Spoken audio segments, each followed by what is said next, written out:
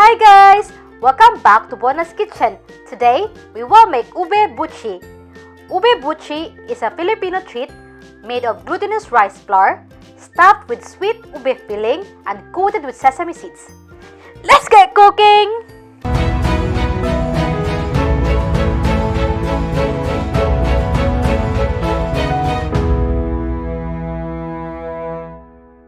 For the dough, we will need 3 cups of glutinous rice flour, 1 cup of white sugar, 1 1/3 cup of water, half tablespoon of vegetable oil, and sesame seeds for coating.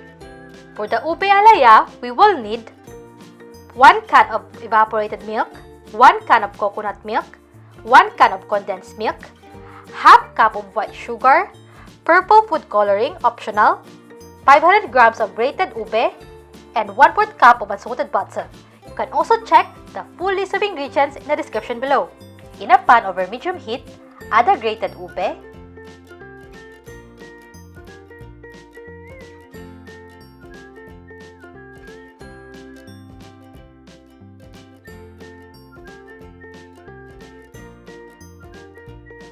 evaporated milk, coconut milk, and give it a mix.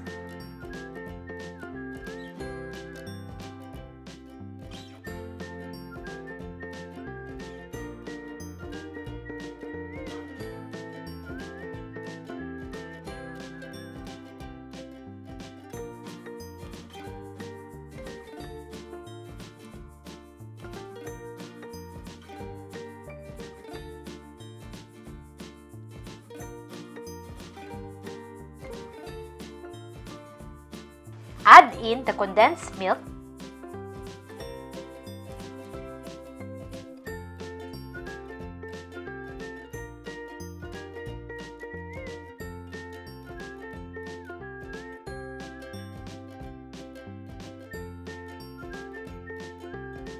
and the food coloring. Add enough until you achieve the desired color.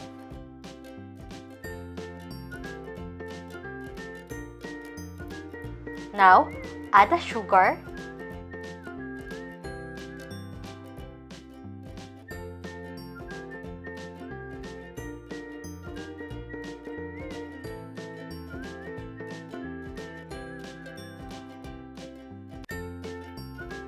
once it's thick, add the butter,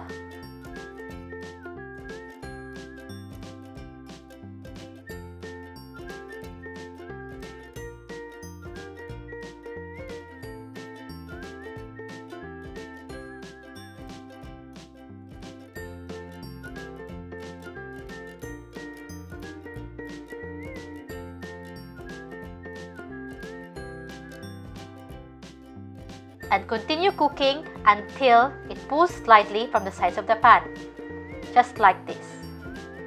After cooking, set this aside to cool to room temperature. Then, chill it in the fridge for at least 1 hour. In a pan over medium heat, add the water and sugar,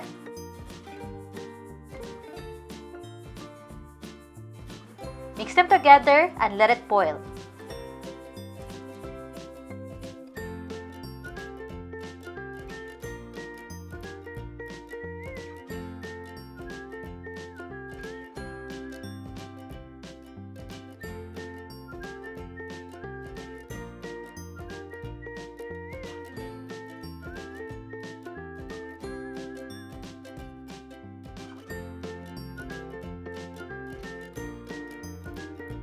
Once boiling, add it to the 1½ cup of the glutinous rice flour. Mix them together.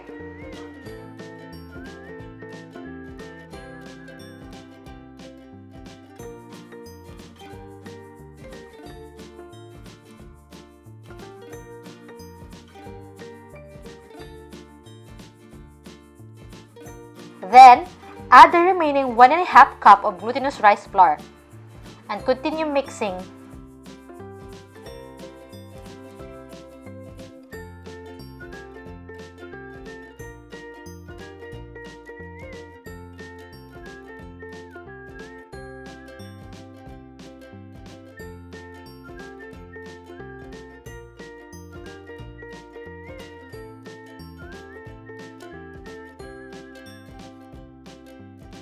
Add the vegetable oil.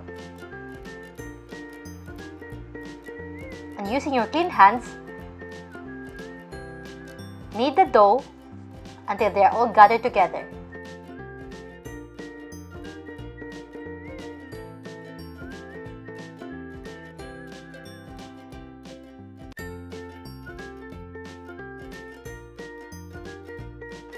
Then, transfer it into the work surface and continue kneading until it becomes smooth.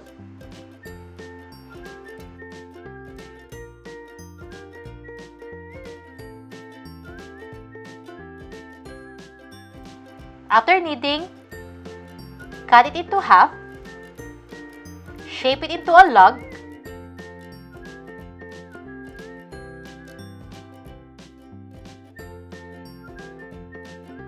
and cut it into 12 portions.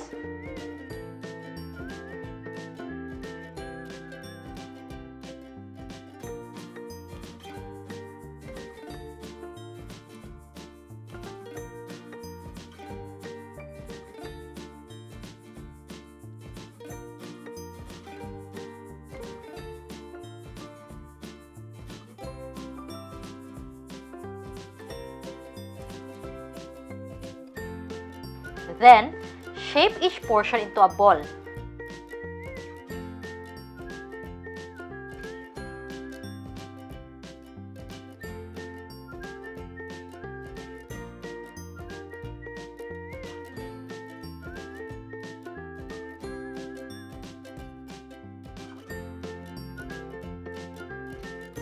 Repeat the procedure with the remaining dough. Now, scoop about a teaspoon of the ube filling.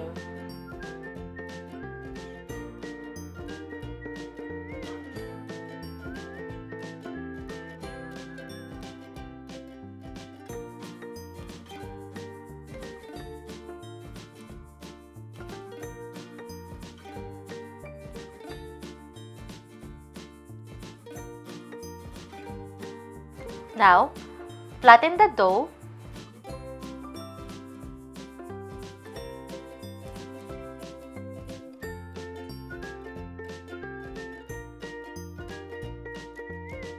And put the ube filling in the center.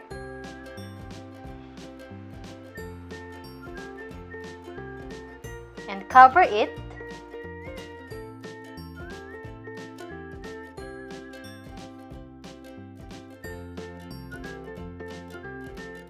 And pinch to seal. Roll it to shape it into a ball.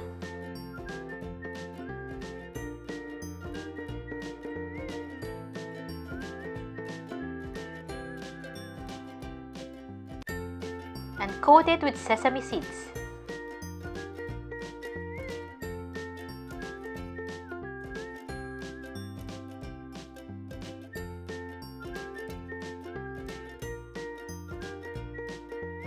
And transfer it into a plate.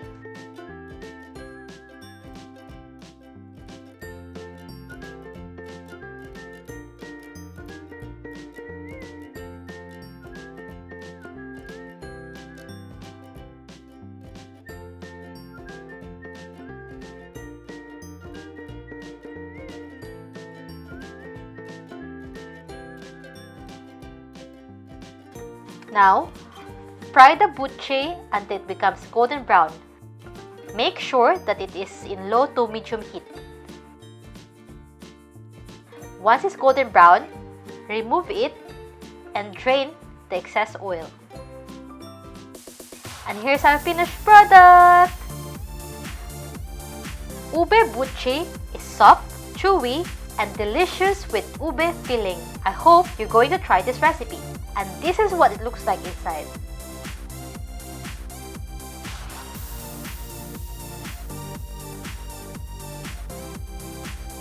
Please don't forget to hit the like, subscribe, and hit the bell. Thank you for watching and see you in the next video. Bye!